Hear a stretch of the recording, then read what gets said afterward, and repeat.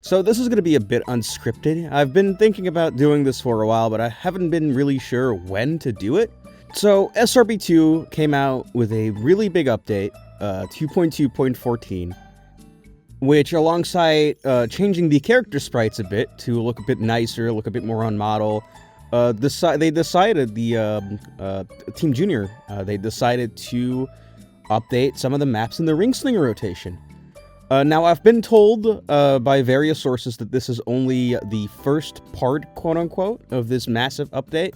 A lot of the maps are still being worked on, and the plan is to release 0.15, the patch that fixes a few of the massive issues that were spotted during the release window. And then with 0.16, if there's no other bugs, no other major hiccups to be found, that will present the rest of the map rotation. So yeah, naturally this video will be split in 2 parts. So yeah, let's get started, I guess. So first up is Jade Valley Zone. This is one of the new maps that were added in 0.14. It was a map that's been done for a very long time, so it's natural that it's already in the game. And to give a bit of an overview on the zone itself, Jade Valley was a map that was very inconsistent in appearance across the board. It would be added in one of the demo era updates, then it would be subsequently removed, then it was added back with a Castle Eggman reskin, and then it was removed again, and then it was added back with the Green Flower skin, and now from 2.0 onwards it was stuck in the main rotation. But for this iteration, and that's something you're going to notice with a lot of the new reworked maps, alongside the new ones, is the usage of slopes, just more varied terrain generally.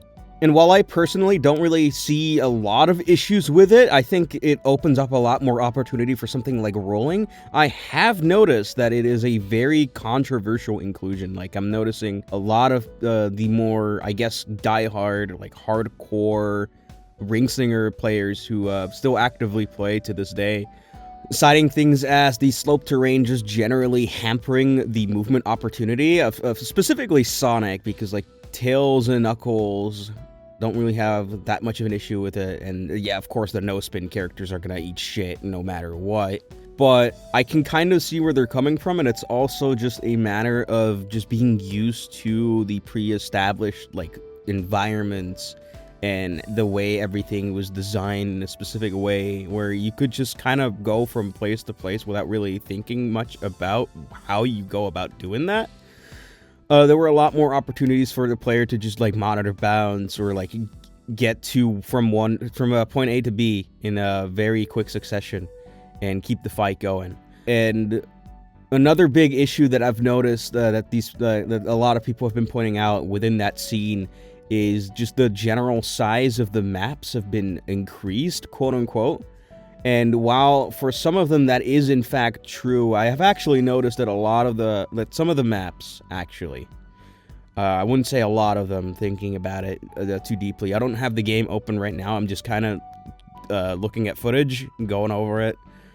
Some of the maps were actually made smaller to help adjust, to seemingly help adjust the low player count. Because Ringslinger, it's a dying mode. It's barely supported. It's already surprising that we even have an update like this, where the team is acutely aware of the scene now, because we have a lot of new people on Team Junior. Some of whom are friends of mine, whom have played a lot. And I mean hours upon hours of Ringslinger with over the past decade. Actually having people on there who do care, but there's just not enough of them, and just there's a lot of inherent flaws to the mode itself where you really have to rethink it from scratch if you want to make it a proper standard mode that is consistent with the rest of the game. And that is a lot of effort. So I understand why why they're like, yeah, we're not officially supporting this from the next major version going forward. This is basically the last hurrah. Because it's difficult to grasp. It's effectively just an arena shooter in the lens of a Sonic game. And in the way where it is handled isn't exactly ideal, where your health also acts as your ammo, where it really should have just been that you would have a set health and rings can replenish it, but they, like, getting hit wouldn't penalize being able to use your weapons effectively. So yeah, that's a fun side tangent. Going in the Jade Valley, though, yeah, the original had a lot of open areas, and there was just a general, like, the flat terrain really allowed you to just DM people from across the map, which I'd say is still true. The midpoint at the lake, it's a very open area. It's a lot bigger, a lot more space to run around in, and the water was made a lot more shallow, so you can actually, like, properly fight people without being stuck underwater. A red spring was added, so you would be able to get to automatic panel real quickly without having to go all the way around just to jump over a small gap. Unless you know how to, like, water skip, I guess, and be my guest. Which, the spring does actually emphasize that, like, water skipping is a feature of SRB2 and that you should be using it in these environments a lot more. And generally speaking, another new thing that I've noticed is interactivity with weapon rings. Some of these maps actually have bustable walls. Knuckles can just break them open outright, obviously, but if you bring, like, an explosion ring or a grenade ring to one of these blocks, they will in fact explode, and you can actually use that to your advantage to gain a bit of a shortcut. So that's another positive thing I do have to say about not just Jade Valley, but a lot of these maps. There's more of a focus on being able to get to specific points of the map that weren't really accessible before. We'll get to that in, like, Diamond Blizzard, which is probably, like, the best zone to do this out of the reworks currently present. But yeah, generally speaking, a lot more open space. Even, like, the small choke hallway leading into Scatter was made a lot bigger, giving you the opportunity to really, like, just move around, dodge projectiles easier. Because before, you could just, like, spam autos or scatters and you're just going to hit someone no matter what. Where now you really have to take in a bit more effort to take out your opponents, which I do appreciate. I do appreciate when specific areas that were a bit too choky in the original were made a bit wider, bit more room to run around in. Not just because, because of the unfair advantage you can get when you are just, like, spamming a truckload of rings and the person who just happens to walk in is kind of paying the price. Which, on one hand, you can argue that is kind of the point. It's an arena shooter. You need to have areas like that so that people need to realize that they need to be a bit more unpredictable. But in another sense, it's SRB2. A lot of people don't play arena shooters. They only really play SRB2, not Doom or Quake or Unreal Tournament or stuff like that. I think generally Ringslinger should have just been a lot more beginner-friendly. As being like baby's first arena shooter, effectively. And I think it does a really good job at that, in regards to the map layout, specifically. On that metric, I do think that Jade Valley is, like, the quintessential first map for a rotation. It is meant to show you the ropes of how everything is meant to operate, and how you're supposed to go about thinking of new ways to interact with the environment. And if you really think about it, that's kind of what Sonic's about. So, yeah, that like the whole arena shooter in the lens of a Sonic game, like it kind of does go hand in hand. And Jade Valley, like the reworked Jade Valley, does a pretty good job generally at emphasizing that. So, yeah, thumbs up for me. So up next we have another new rework, this being Thunder Citadel Zone. So, Thunder Citadel previously, I liked it enough.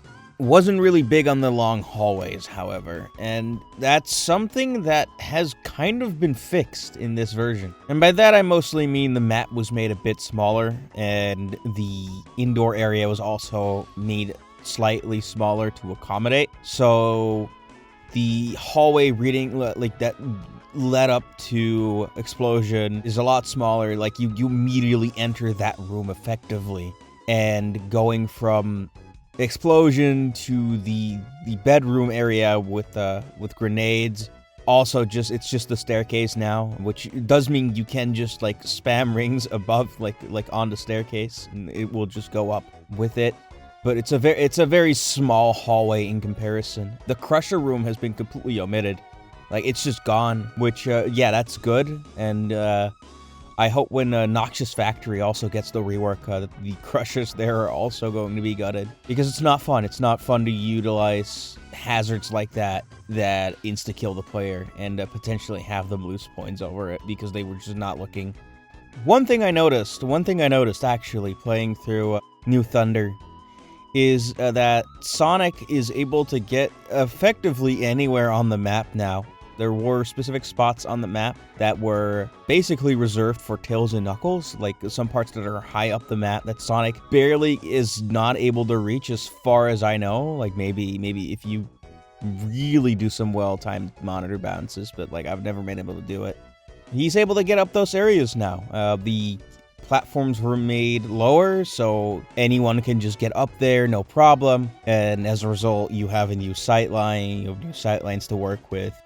You can use it to take cover from incoming projectiles or like rail rings and stuff like that. It's generally just really nice to have, anyone just get up there and just take the high ground.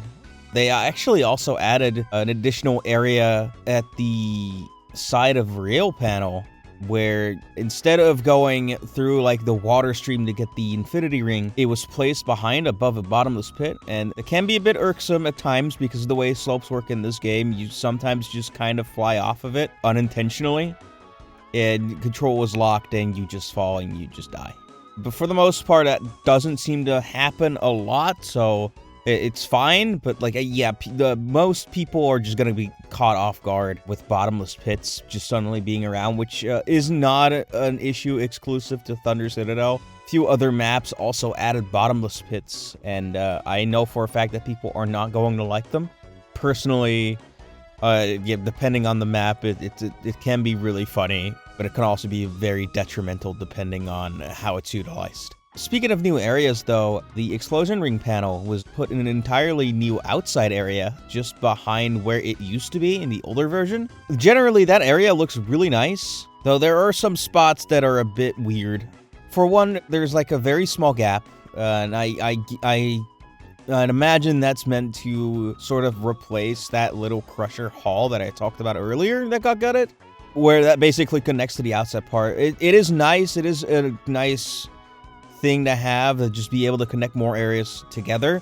It's just in the way that it's set up, it kind of camouflages a bit too much with the walls. So I have noticed a lot of players haven't even noticed that it's even there, that you can just go through it to go outside. Another thing on the other side of that tunnel, in the outside part, there is a half pipe that goes upwards. And there's a little spot where you can spin dash, you can just rev up, and you can go up, and if you just fully rev it up, there is actually a strong monitor there for you to pick up. There seemed to have been springs, like, meant to be placed there, but they aren't. I don't know if that was an intentional decision to, like, gut them later, or if they were accidentally left out, but like it looks a bit unfinished. It looks weird as a result, and I think it can trip up a lot of players. So if it wasn't accidental removal, I hope it gets added back in, and if it was an intentional removal, please add it back in. Horizontal springs generally just help keep the pace going.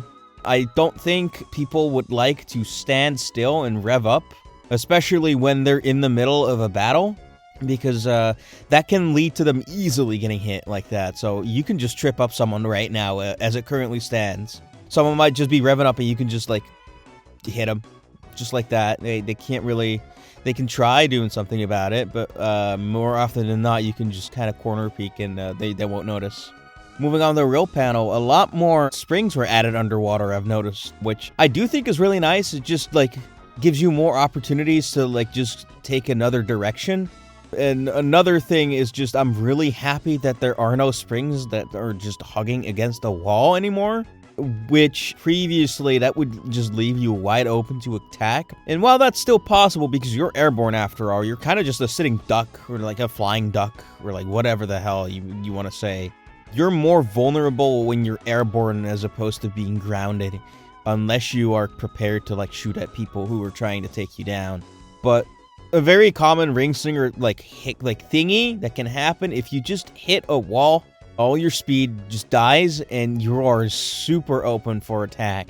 And I appreciate the springs being in a spot where they're not directly facing the wall, so you can just spin dash or thock your way out of there and you can just go any direction you want, and it's a lot more helpful in that regard.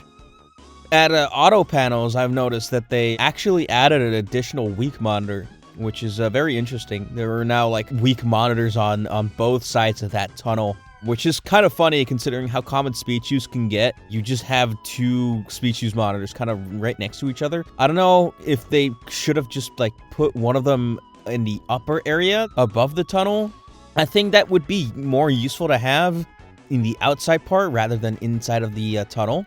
And this is specifically for monitor bouncing purposes. It's just so that like people have another like movement tool that isn't just thocking into the ground and then probably getting hit or getting in the middle of a fight they didn't want to be in. So I'd probably recommend moving that monitor slightly above, just so that you have another like way of maneuvering around the arena. Visually, the map is a bit of a standout, which is something I couldn't really say in regards to Jade Valley. It kind of just looked the same. But like they actually utilized the look that Castle Eggman uses in Vanilla, and I really love how it was adapted into Thunder. A lot of the rooms are just like, they just look gorgeous. They look straight out of Castle Eggman Act 2. The FOFs that are on the beds make it so that you are kind of underneath the sheets and stuff like that. It's a fun map for like people who don't play Ringslinger. They just want to hang out. They have a fun map to like just run around in casually as well, which I think is pretty neat. Following up on that, we got Desola Twilight, which oh boy, that's either a map you really love or you really hate. To get a little personal, before this patch, Desola Twilight was actually my favorite map in rotation. Aside from the fact that it was very dark and you couldn't really see your opponents, I really loved the verticality of this map. And while it's still present to some degree, it is toned down a little. And that's generally attributed to the lack of monitors that you can really chain bounce on. There's still monitors around that you can chain bounce with, but you don't really go as high because the map was made less tall overall. It's also a lot smaller, and that's thanks in part due to the aspect of this version that really makes or breaks it for people. And that's the addition of the bottomless pit surrounding the map. Now, personally speaking, I think it's really funny there's just a bottomless pit, because Desola Twilight was already like kind of the sniper heaven of the rotation. You can really shoot people from one end of the map all the way to the other, and it got some really addicting, like really fun dogfights out of that as well when you're playing stealth. So I kind of see the pits as emphasizing that philosophy where if you just know how to use the rail ring, you just shoot people off the map really easily in very quick succession. One thing I do need to mention though is that because of the bottomless pits, some general areas were made a lot smaller. The map generally is a lot smaller. I'm specifically talking about the rail explosion room specifically. It's now bridged with a gap into a bottomless pit as well. And something I did notice while playing is that if you get an elemental shield from the strong monitor above and you just use elemental stomp, you can throw the fire particles towards the rail panel. And if people just stand there, they will just get hit by the fire particle, and that's kind of funny. But that area generally was made a tiny bit smaller. Now, not necessarily smaller, but there's less general space to run around in. And I think that's part and due because the area where scatter is located at, that was made a lot larger for you to run around on. And that was already generally a good area for fights, but the width was increased for this area specifically, so you can have more fights in there. The tunnel below, you might have seen it already in gameplay, was also made a lot taller to compensate for chokeholds and stuff like that. But there's now also an additional window peeking out, so you can like jump out of it and like somehow maneuver your way through the arena. Or you can just do what I did and monitor bounce into that area and catch one of the map creators completely off guard because they were not expecting someone to actually do that. So yeah, but overall, there's just less room to run around in, and as a result, if you're in a really stacked server, it can hamper the experience just a bit. It really feels like it was made for 1v1s first and foremost, rather than something for an entire pub to enjoy.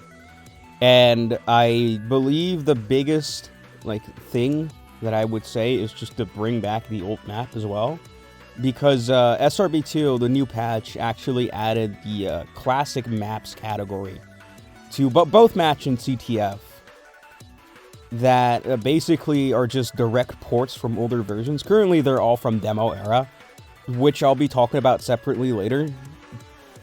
But it'd be fun if some of the replaced maps also were available for the classic rotation. That way, you kind of have the best of both worlds, where you can still play the old map if you really want to, but there's now this fresh coat of paint, new iteration of the map, tailor-made with slopes in mind, stuff like that. Which I think that's going to help soften the blow a bit for people, because as it currently stands, it's probably one of the most controversial maps that were reworked for this update. At the end of the day, I really like this map. I can see where people are coming from with the pits and stuff like that. I personally don't really have an issue with it. You just make some areas a bit bigger, a bit more room to run around in, and that's it, really. That's all my problems, really, that could be fixed. So yeah, this is it. This is the map I was the most excited to talk about. Sapphire Falls Zone, which got a massive overhaul in this patch. And I think it's important to talk about the size first, because compared to the original, my god. So the map was increased in size tenfold. There are a lot of areas that I do recognize from the original map layout, but they are so massive in the way the arena looks and feels to play that it's barely recognizable. And most people see that as a bad thing, to just have a massive map. You're just going to get lost in them, and as a result, you're going to spend less time trying to figure out how to move about them. But that's exactly what I love about Sapphire Falls. So, if you can recall in the original, at the real panel platform, at the very bottom in the water, there were these two monitors that you could bounce on. And this was the only way for Sonic to get up to areas that he would normally not be able to reach. Now, one big difference in the rework in this patch is that every character can go anywhere on the map. And this is partially thanks to all the springs that were laid around, but you can carve your own path regardless. So if you see an opponent on the other side of the map and you're on an elevated platform, you could either A, take those springs, B, find another way around that general area, or C, just monitor bounce. And monitor bouncing was one of my favorite things to do in Sapphire, and they effectively just emphasized doing that even more here. When I first landed on this map, and I was able to hit a clip with the rail ring while doing a monitor bounce in the single monitor that's currently underwater, that was an eye-opener for me. I don't think I've ever felt a dopamine rush like that before in Ringslinger since I discovered monitor bouncing in the first place. It's an immaculate feeling. I really think it helps set the map apart from everything else. Even brushing monitor bouncing aside, generally, a lot of the areas are a lot more open, which can result in areas feeling a bit spacious and a bit empty. But I think that works in its favor personally, considering the fact that every single platform kind of feels like its own arena in some form or fashion, where you can really dedicate yourself to the short term when you're fighting someone on that specific arena. You're not dealing with a wall that's in the way or anything like that. You have an open space to fight someone in, and you are on even ground. I think that's something that has gone very much underappreciated, especially in this map, where you can play for the short-term goals. Like, the long-term goal, obviously, is to get more points than the others. The short-term goal is getting those points in the first place. Or getting a shield to protect yourself, or getting the panels, getting the ring so you won't die, stuff like that. And I think this map does a really good job on that. The visuals are also absolutely stunning. I cannot get enough of this aesthetic. I love Green Hill. I know a lot of people don't, but I absolutely adore that stage in its entirety. And they did it justice visually here. I did notice they added a bottomless pit to rail panel in the surrounding area, and I think that's actually a very good compromise. You're playing risk versus reward in this front, and I think that's how rail rings should always operate, considering the fact it's a hit scan weapon. You just click on your mouse and you shoot someone with it no matter what, from any distance anywhere on the map. So I think there's a good balance here where you have to be careful after someone already picked it up and you're trying to get the next one when it respawns, that person just doesn't shoot you out of the sky. Two things I would change is have more monitors surrounding the map to really drive home the movement opportunity that is monitor bouncing. Because while it is currently possible, it is very, very much possible to do on this map, even more so compared to the others, I do think there is a lack of monitors around walls or around other areas where I think it could be more useful to have them. Most monitors in this map are very much high up, and as a result, players of lower tier levels might not get a good grip on playing the game because most of the rings they are collecting are the ones on the ground, and they need to touch it directly, and if there's input delay, that might also cause a few issues. But the other issue I would say is having player spawns at the real panel, and this is specifically for a balancing thing because you're effectively over a bottomless pit. Anyone can just kind of camp from there and take you down immediately as soon as you spawn in, and conversely, if you get there and you have Rails panel already spawned in and you're really good, you can kind of just already start going. I think there's a bit of an unbalance here. I am glad that they do give you a 10-ring monitor still to make sure that you do have the rings needed to shoot those rail rings, but I would gut the player spawn points from that area. I would actually put them higher up on the map, because I've noticed that there are no real spawn points at the very top of the map, and I think that could lead to more interesting interactions between players. But yeah, I absolutely love this map. This is my favorite map in the rotation. I can say that wholeheartedly. Whoever did this, you cooked. A kitchen was utilized. It was utilized very well, and I hope to see more from you in the future. So yeah, that was part 1 of my Ringslinger overview. I had a lot of fun making this. Unfortunately, I got really busy lately, so I haven't really been able to continue working on it. Like I said at the start, I'm splitting this off into a few parts so I can just focus on my personal life, and I'm probably considering continuing this when 0.16 arrives, because like I said at the start, more maps are on their way, and I can just plonk them in alongside the maps that I still need to be looking at. So yeah, for part 2, I'm going to be looking at the maps that were added in 0.16. I'm going to be looking at the remaining maps that I still need to go through in this update, which does include the new map. And then part 3 or 4 or whatever the hell I'm going to be doing will be focused entirely on the capture the flag side of things, because I have a lot to talk about there. So yeah, I hope you enjoyed, and I'll see you then.